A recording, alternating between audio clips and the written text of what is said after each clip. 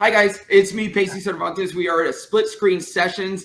Sorry the technical, things. I haven't done this in a while. Talking to a guy that's going to be at our Country of the Park 2 in September, Gavin DeGraw. Now, Gavin, my first question really is, I know you were like BFFs with Brett Young, right? Sure. Yep. So is that kind of what like brought you into the country realm? I don't know. I can't pinpoint it exactly. Me and Brett were friends. Let me see. We've been friends since he was bartending around Hollywood. So, I knew him back then when we were, I was coming through town cutting records and stuff like that. I wasn't living in Hollywood, but I would come out, because so many studios were out here cutting records. So I became friends with Brett playing shows, seeing him around at the shows and stuff like that. Just a great guy. And then see him around town. Then we wrote a song for his record, a song called Chapters, that we thought was really cool. And then some other things just kind of happened around the country world in general. Sarah Evans had covered one of my songs, and I duetted with her on Not Over You, and Craig Morgan had covered a song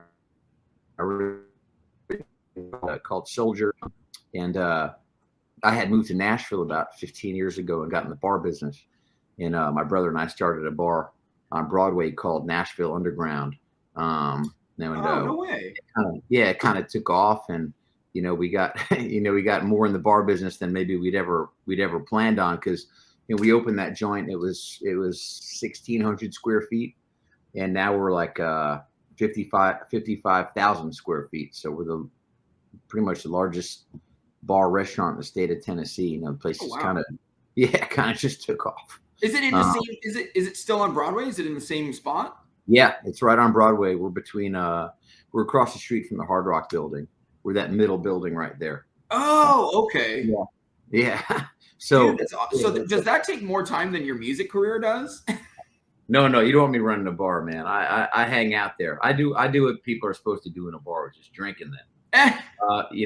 I don't run the business. You're kind of like a silent partner. Yeah, exactly, man. It's me and my brother, and I let him do all the businessy stuff. Okay. I'm not a good boss. I don't know. I don't want to look at sheets and P&Ls and all that. Right. Kind of stuff. I don't want to do that part of business. No, you just want to have fun. Good product. This is a delicious product. I'd rather. Because are you living in Nashville right now? I forget.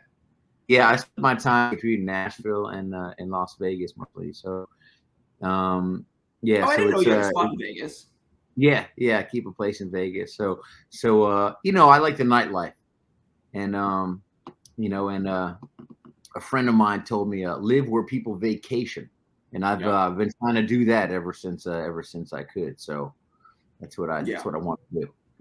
Yeah. No, absolutely. Yeah. So you're going to be here at Country of the Park 2, which is right there, Heart Health Park, September 24th.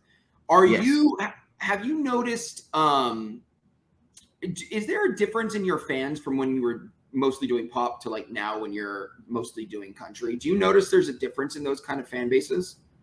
It's funny. I think just in general, the world has changed.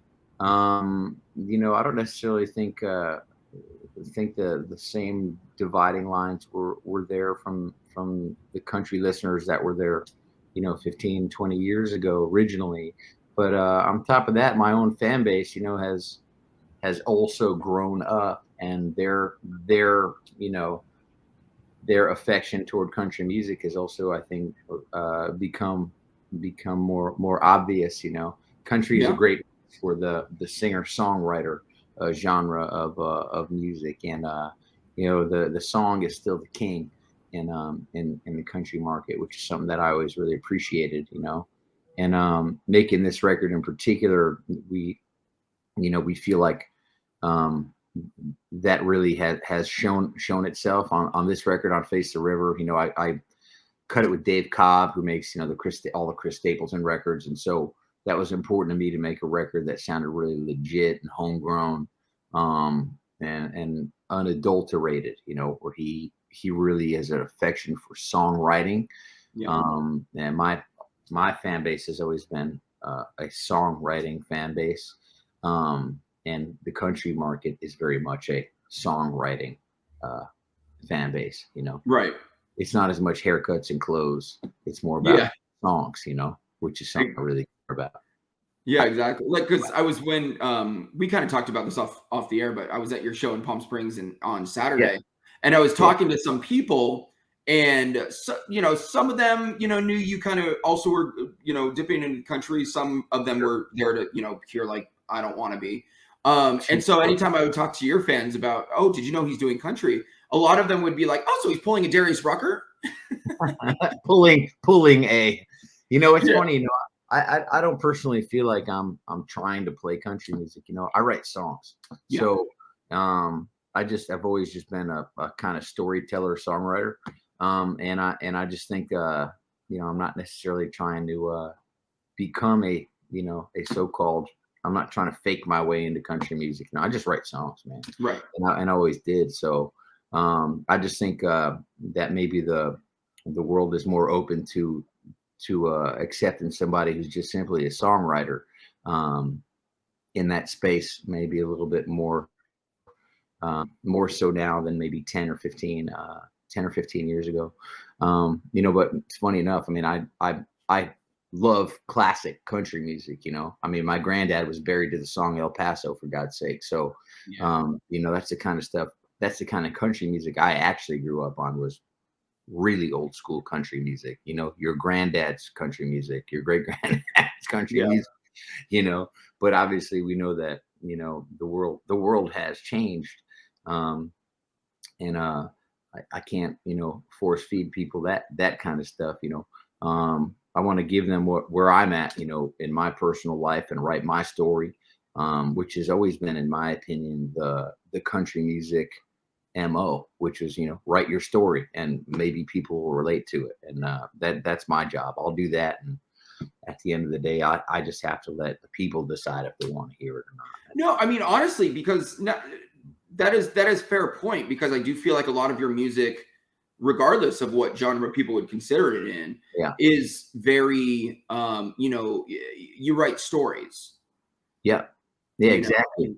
Yeah, and so that's like that is very, very, that's what a lot of country music does, is it writes stories. But a lot of your hits were storytelling as well. So I think that's I think that it kind of made a natural transition for you to be considered country, because I know you don't really want to say I'm just specifically doing country or whatnot, but you definitely had a country type feel with your previous songs as well, and I love that. Right. I think so. Thank you, man. And when I go back and I look at some songs from my catalog, even older songs from my catalog, I think I Don't Want to Be it's basically a country lyric. Yep. If I look at a song like Soldier, that's really a country lyric. Stealing. We had a good time, then it was sorrow. I call it stealing, you call it borrow. So I want my heart back. If you're not gonna keep it, you got no uses, I'm gonna need it.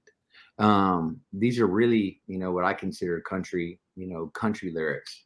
Ford, I think, is a country lyric. Just drive an old Ford, count blessings and praise the Lord. Which is funny, because I blast that driving around my F-150. Right on. See, hey man, thank you. I appreciate that. So in some songs I focus thinking, hey man, I think it'd be cool to write a country song.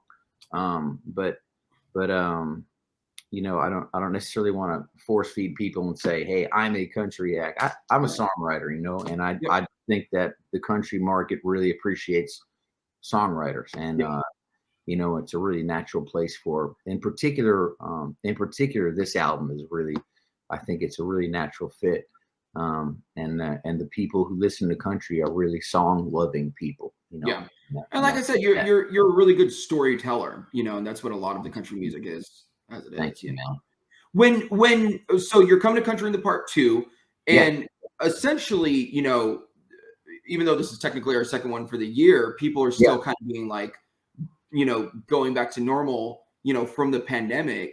So are you excited that you're able to get back into, like, in front of fans now? Man, it's getting back to normal has been long overdue, my friend. Yep. So, I've been getting back to normal for a long time, So and I think it's been time, and I'm excited to be doing it. I think most people really are excited to be doing it. We're just kind of pulling the rest of Yeah. you know those folks along with us. Some of them reluctantly, but they're welcome to stay home and order all the Amazon they want. The rest of Yeah. us have to get back to living. You know what I mean? Yep. Yeah, absolutely. All to it. Is there are you how often you're familiar with Sacramento, right?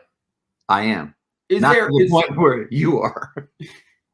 what is there anything Yeah. particular that you come and you're like, oh, when I'm in Sacramento, I got to do this? No, God, I don't know it that well. I can't remember all the nooks and crannies of the town.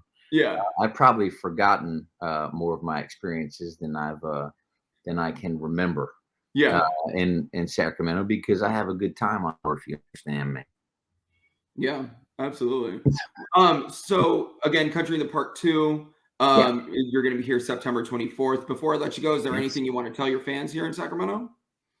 Hey man, I just want them to come out and have a good time, man. Come out, and listen to some good music, and listen to all these other great artists that you're going to have out on the show. And I just want to thank anybody out there for tolerating me right now. And and I hope you come out and see what we do, and have some fun with us. It Yeah, is time to get back to normal and get back to living, because exactly. And like hey, it says man, on the that's screen all right you can now. do. Sorry, like it says on the screen right now, come in if you want to tolerate Gavin DeGraw. That's right. Come tolerate me. Yeah, Come tolerate me. come tolerate him Saturday, That's September right. 24th, Heart Health Park. Country of the Park 2 is going on. You can get your tickets at kncifm.com. Tickets start as cheap as $35. Gavin DeGraw, man, That's it, thank you man. so much. Such a Hey, pleasure thank talking to you, you, man. man. Pleasure's mine, dude. Really appreciate it, man. And thanks for the opportunity, man. Really. Absolutely. See you in a couple months. Thank you, brother. Later.